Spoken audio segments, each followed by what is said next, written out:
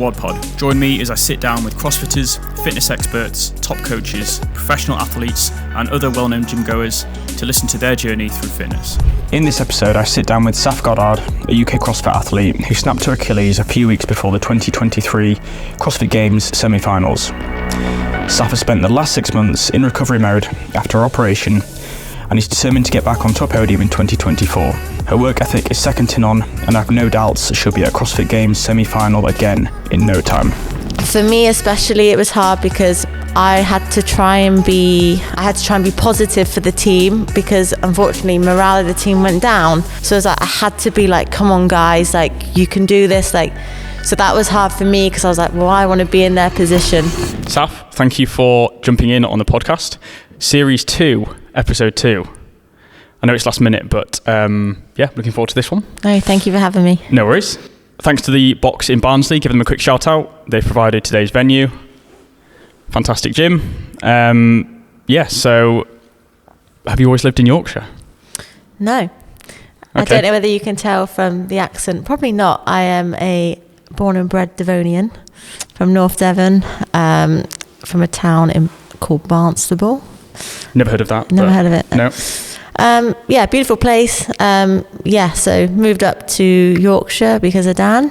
Loved it ever since. Loved it since. Yeah. Everyone who's moved from down south up to Yorkshire says initially they were like really sceptical about Yorkshire, and then once you've been here, it's like you're never leaving. Yeah, that's true. I had a fake line in my head when I was younger of where I will never go past, and it was London, like Bath, Bristol, Cardiff was my line. Yep. That I would never, anything above that, I was like, I don't know what's above what's up that. there. Yeah, literally. And here you are, probably never leaving Yorkshire. Oh, it's like the people are so lovely. Like, they're just so nice, so just amazing. Yeah, slightly different to your typical Londoners, which, yeah. So when did you meet Dan and how? I met him, so this is a story. So I met him at the 2020 European Championships. Yep. And I recognised him in the warm-up area, and I just was in my head, I was like, I recognise this guy and I don't know where from. And did the comp, whatever, and didn't think anything of it. And then he popped up on my Instagram, and I was like, it's that guy again. And I was like, I have to message him because this is going to sound really weird, because I was like, I know him and I don't know where from. So I sent him a message. I was like, oh, he won't reply. And I got a reply, and we'd started digging, and there was a show on BBC Three years ago called Snog, Marry, Avoid. No. Have you ever heard of that show? I've heard of it, yeah. And there was it was like an online teenage Tinder back in the day. And we both had profiles on there when we were 13, 14, and we matched online. So we used to talk to each other, when we were 13, 14, we were Facebook friends. And then, 10 years went by, and I recognised him at a CrossFit That's crazy, because at the time, neither of you will have done CrossFit. No.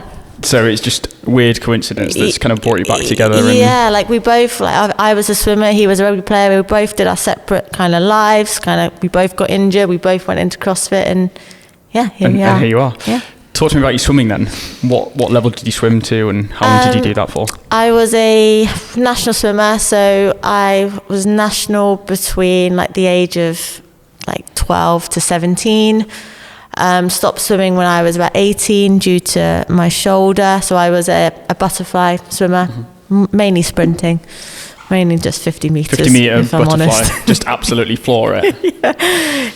So that was my speciality. And it unfortunately, ended because at the time I did nationals when I was 17, and my coach was like, well, that's it for you now. And I was like, what do you mean? And he was like, well, you've peaked. I was like, I don't think you're going to get any further. And I think, what now? Yeah, I never had the passion for swimming. I was always good at it. I've always been fairly chilled, and I just didn't have that drive to succeed in it. Yep. So, from there, I'd kind of stopped swimming. Luckily, I still enjoy it. I know a lot of swimmers, when they've been through it every single day, they'll never... It's too much. Yeah, they'll never go back. But I still enjoy it, which is great. It makes sense Yeah. that you were doing butterfly, because when you look at your traps and delts, you can tell that you did a stroke like that. It's my lats. Your lats as well, My lats. I've got a really big upper back, and it's from swimming. And it's crazy because, I finished my swimming career like 10 years ago, but it's crazy how it still knocks there. on like today. Yeah. In terms of CrossFit then, when did you discover CrossFit, and what was like your first experience of it? I discovered it in 2019. I used to study at Bath University, and during that time it was the team of 12 strength and depth. And at uni I didn't really do any sports. I just went to the gym, just trying to do something. Stay active. And I was walking back to my halls, and I looked down and I was like, all these crazy athletic people, men and women on the bars, swinging around, and I was like, this looks so cool. So I went down and I asked, I was like, what are these guys doing? And there's like, this is a CrossFit comp.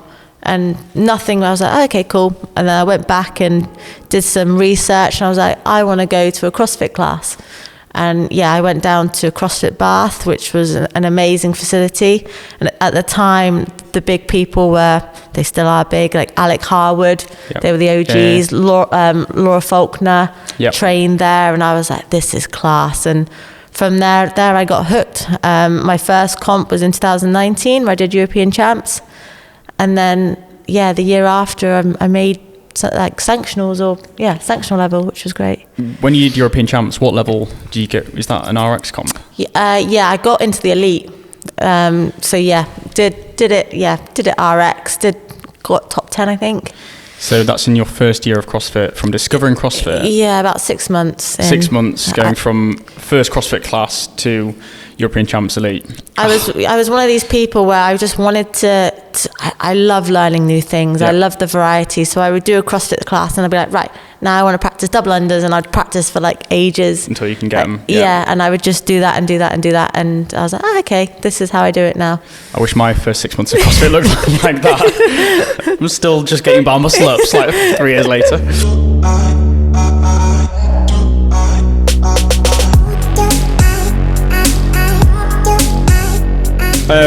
Okay, and before we come on to the 2022, so not this year, last year's season. Yeah. Talk me through your CrossFit from, say, European Championships through to last year. So your 2020 COVID year, how did you get through COVID? What comp did you manage to do? So I think personally I need more comp experience. I'm still trying to get there, because I think everybody focuses on the CrossFit season. Back in COVID, it was me and Dan, we were training together in lockdown, just training every single day. Did the online CrossFit, got into the online semi-finals. Yep. The year before that, I got into sanctionals in London. It was the strength and depth sanctionals, which was a great comp. I think that was my favourite comp that I did. And then from there, really, it was we went individual. Lockdown was the time where me and Dan both decided that we were going to take it very seriously. Before that, I was working in marketing. Yep. So I was working a 9-to-5 job, and I would try and train after work. So I try and train 6 to 8 every day. And then, me and Dan was like, you know what, we're going to give it a good crack. Yep. Work together. And we said the worst that will happen is that we have to go and get a job, a 9-to-5. And ever since then, we've made it work. Yep. It's been a roller coaster the last few years. Yeah. Did you go to Denmark in 21 or 22? I can't remember. Went to Denmark in 21. Okay. No, 22.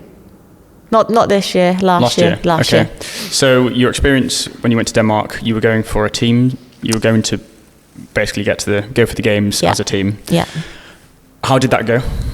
Oh, it was incredible. The experience was incredible. The other teammates were Lucas and Frida, both phenomenal athletes. And me and Dan was like, this is an opportunity. Yep. We were very committed to our training anyway, and we thought we need to go and give this a good crack. And we went out there, and it was like a training camp for however many months. Really good atmosphere. We got the chance to train with cyclists, like triathletes. Yep. So we got like another aspect and another kind of perspective on another sport, which was amazing. So yeah, it was a really, really good experience, and I've learned a lot from that experience. The team didn't work out. Was it because of injury? Yeah, so Frida, she snapped her ACL. We were doing like a comp simulation, and it was something as simple. She was just doing a box jump over, and all of a sudden she just started like crying. We was like, oh no, what's happened? And it was crazy because we didn't think anything of it, because then a few days later she then did the open workout, and it was an open workout with like wall walks and box step overs, and she did it. And she still did it. Wow. She still did it, and we were like, oh. And then she had a scan and stuff, and I was like, it's a lot more serious. Yeah. So then the same year you went on to do semi-finals individual? Yes, I did. Yeah. So it was very last minute, because I think at the time we were trying to get a replacement in, and we were talking to CrossFit, and they said no. And it was last minute, like, you are all doing individual quarters. Right. Okay. This wasn't the plan.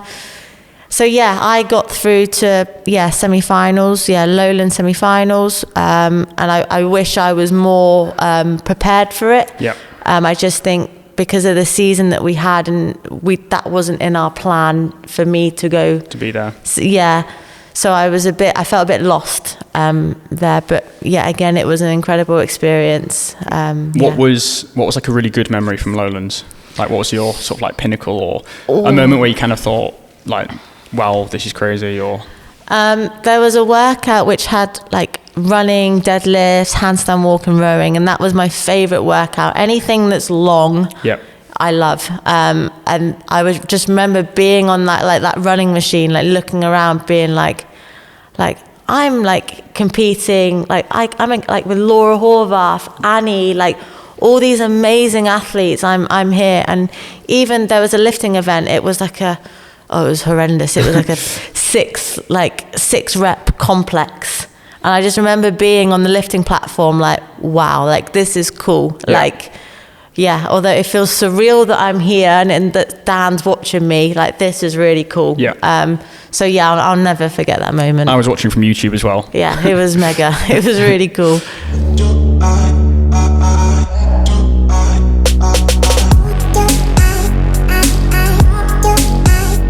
Last year, you qualified for semi-finals as a team. This year, you then went back to go for teams again. Yeah. You qualified through CrossFit Rotherham. Then it kind of went horribly wrong. Yeah, it did. Unfortunately. Yeah, unfortunately. Go on then. Yeah. Talk to me about that. So me and Dan decided after Denmark, it was hard. Denmark was a hard few months of training, and I think after Denmark, we wanted a bit of mental clarity. We wanted just to be comfortable, just chill, take our time. So we thought, you know what, we don't think we'll be prepared to go individual or like to make that commitment just yet. So we was like, why don't we go team again? So we were like, we made the commitment of, we're going to go team, have fun, find the fun again. Yeah. Decided to go team. It was all going so well. We qualified like third in Europe in quarterfinals, and then we went down to Wales, where Moritz is, to do a training camp. And it was annoyingly, it was the last repetition of the last day. It was like 3 hang power cleans, 85 kilos. And the last rep, I bounced the bar on my legs and my knee popped out. Oh. And I was like, oh, that didn't feel good. And then I was like in excruciating pain. And I thought, I'll be fine. Went out for dinner that night, and I was like, my knee was swollen. Getting bigger and bigger, yeah. And I was like, oh, okay. And I said to Dan, I was kind of naive. I've never had a major injury. I've been so lucky my whole career, like my athlete career. So I was like, I'll be fine. I've just done something, not that bad. But then went back or travelled back up, and we were at the service station. I was like, oh my God, my knee feels so unstable. I was like, this does not feel right. So then Dan, we decided that I need to go and see a physio and I need to go and get a scan. If I was doing individual, I probably wouldn't have got a scan, but because there was 3 other members involved, I needed to for the team, because I felt so bad for Moritz and Georgia. I was like, they need to know, like, we need to sort it out quickly, because semi-finals was like in 3 weeks. So I had the scans, and I ruptured my ACL, completely ruptured it, but everything else was good. So I was like, okay. So the surgeon said to me, he was like, you can still compete for semis and games. We can strengthen your leg up, it can be fine, but you still need surgery if you want to be an elite level. And I was like, right, it's May now. And I was like, I was looking more for next season. I was like, this is the best time for me to have surgery. Just get it done, because the issue I have is doing movements like the worm or twisting or anything like that. I could ruin my meniscus. I could ruin other ligaments. And I was like, is it worth it? No. So I made the decision that we've got a good backup, Alex. And I was like, although it was hard for her, she saw me come into the box, Barnsley, and her face just dropped.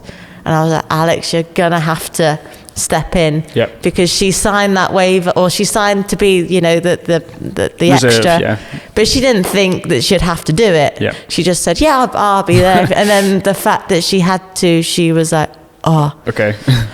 So that was hard. And for me especially, it was hard because I had to try and be positive for the team, because unfortunately morale of the team went down. So it was like, I had to be like, come on guys, like, you can do this.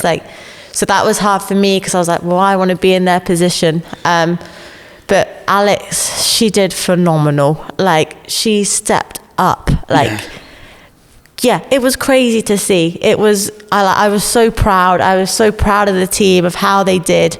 And especially Dan as well. Like, Dan had to do team training, and then there'll be times where I'd just be emotionally crying. Like, it was tough, like, few months. How did you feel after the op? So you'd had the operation. I imagine I would have guessed probably an all-time low, because you're least mobile. You're like full crutches. I remember I saw the first, I think you posted some photos a week after your operation, and you were just walking. How was it at that time? It was hard because, I've never had a serious op like that before. I've never really experienced it. So I've never really experienced that kind of loneliness, I guess. I think I was very lucky that I had Dan there. Dan was like talking, he was just like a wise owl to me. He was saying, like, you're officially fixed now. And I'd be like, I am. Like, although it feels horrendous, he's like, you're on that path to recovery. Like, I think if you're on your own going through a serious injury like that, it can be so hard, because you can't see the end of the tunnel. But I'm now 7 months post-op, and I'm like, this is great. Like, I feel like I'm getting there. Which is nice. I think people always fall into the trap of things must get better before they get worse. When actually, as soon as you had your operation, things were only getting better from that point onwards. So it's like, your mindset should really be, I'm fixed now. Things can only improve.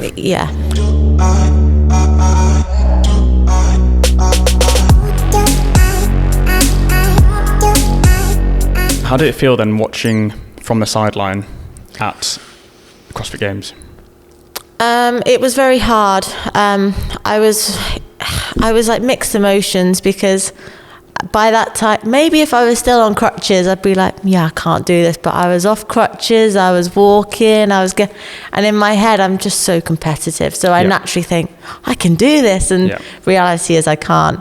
So I was mixed emotions. I was, upset, but then I was also super proud of the team. Like, the fact that they got to the games and they were able to compete. And to be fair, like, I felt like I was still part of the team. Like, I still went to the games. I was still there with them. I was in the warm-up areas with them. I was helping as much as I could with like strategies and tactics and things like that. So it was hard, but I think it was a really good experience for me, and I was able to experience the games from the sidelines, and that it was a great experience. And in terms of the knee now, so you said you're almost getting back to where you were. How long do you think it'll be until you're kind of back to where you were last year? Oh, I don't know. If I'm You don't know? No, it's hard. It's so hard because the surgeon says it will take 2 years to get back, and in my head I'm like, nah. That is also a surgeon who's used to the everyday, person coming in. I think your recovery will probably be better than most in terms of what you're willing to do. Yeah, rehab is key. Like my surgeon, he's a great surgeon, and to be fair, he deals a lot with rugby players. Okay, there's a lot of athletes. There's a lot of professional rugby players, and he says, it takes about 2 years for them to get back. But I was like, I think the way that my accident happened was completely an accident. Like it wasn't, you never normally, like you said, it's normally twisting or like twisting of the stuff, but how I did it was completely, it was almost quite clean in a way. So nothing else got affected except that. So I think for me to get back with CrossFit, I'm so lucky because I can do literally everything. So a month I was back on the rig doing arms, so it's really my strength. I think they took my hamstring, so they used my hamstring as the graph. So I noticed it, especially when I'm doing cleans. Trying to get out of that squat is hard because I feel my hamstring very weak. So it's getting the strength back is the biggest thing. But I'm very happy with how I'm doing. So I'm probably about at 90% of my maximal lifts 7 months post-op. Which you can't be too upset at when they said 2 years. Yeah, exactly. Like I'm trying every day, and I'm rehabbing every day. I'm just trying to do what I can to make it work. Okay, and 2024, have we got any comps in the pipeline? I saw you were doing some qualifiers for Arnold's. Yeah, I am. Yeah. So I mean, we don't know if you're in yet, but I assume. I don't know. I don't know if I'm in. That's what I spoke to my coach, and I was like, I want to do Arnold's because it's. I'm 7 months post-op. It's just good to see where I'm at, because when you just train, I just train with Dan. Yeah. I'm like, I have no idea where I'm at, like how unfit I am. These are just a kind of a baseline of like, okay, this is where I am. Let's see how much better I can get within the coming months. And as far as individual CrossFit comps in the UK go, Arnold's is probably up there with the biggest. I love Arnold's. Yeah. Arnold's is quality. It's good programming. It's always on time. Yep. The judges, everyone's so lovely. I really rate Arnold's and like Battle for Middle Grounds, and they all run so nicely. So shout out Rich Hornsey if you're listening. Yeah, like Rich. And I get the feeling that all the time away from competing has kind of, from speaking off camera, maybe fueled you even more to like come back. Prove where you're going to be at and come back with a bit more of Saph 2.0. Yeah, I think even better than where you were before. Yeah, I've always been quite a go with the flow. I've always just like flowed like water. I'm very, I'm not really fiery, if I'm honest. I'm very go with the flow competitive. But I think this year, watching Dan do the games, Dan do Dubai, I'm like, I want to get back. So it's like I've now got like a little bit of fire in me, but I'm still that go with the flow, but now I've got like an actual goal. I've always been so chilled. So Arnold athletes, watch out, Saph's coming. Well, that's what I came, the first year I did it, I came third. Last year I came second. So I was like, well, I have to try. You've got to win it now. I was like, I have to try and win it now. But we'll see. Well,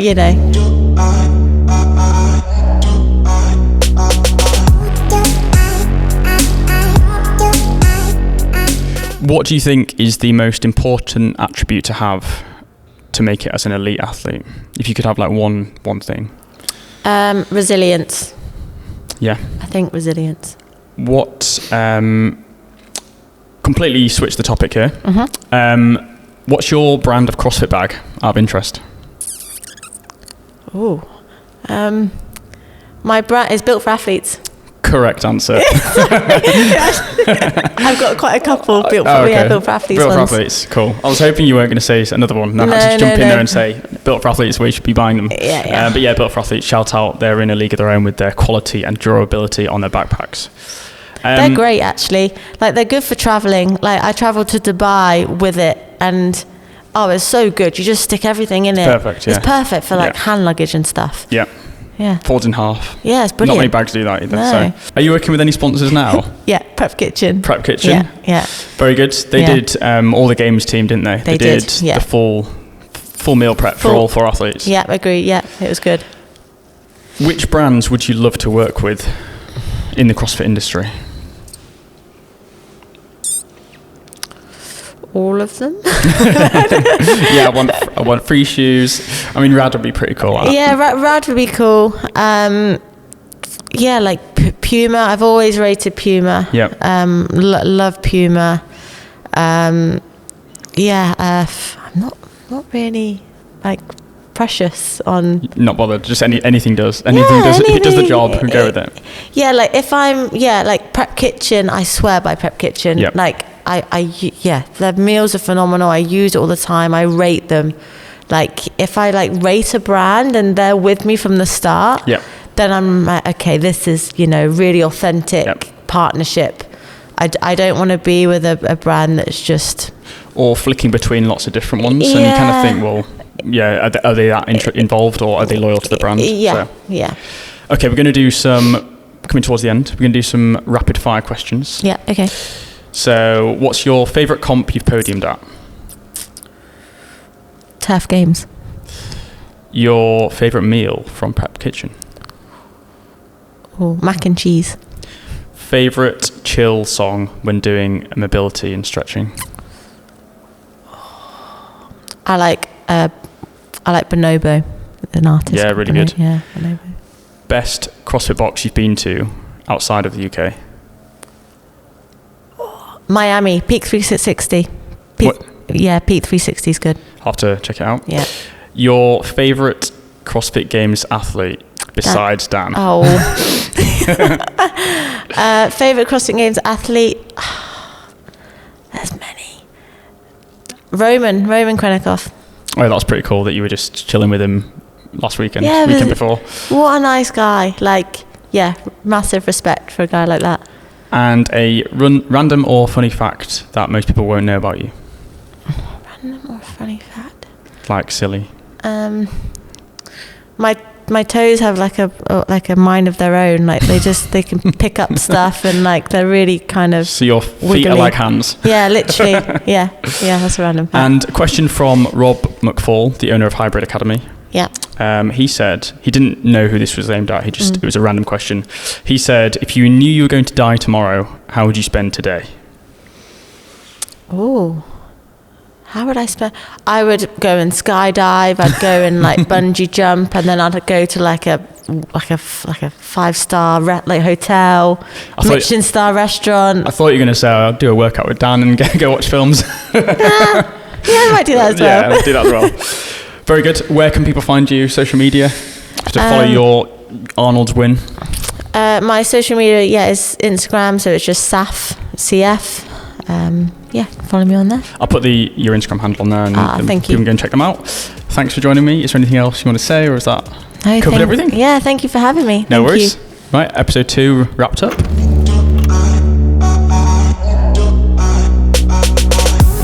I hope you enjoyed that episode, and a huge thank you for listening. Make sure you're following the pod on Instagram at the.wod.pod, our Twitter at the_wod_pod.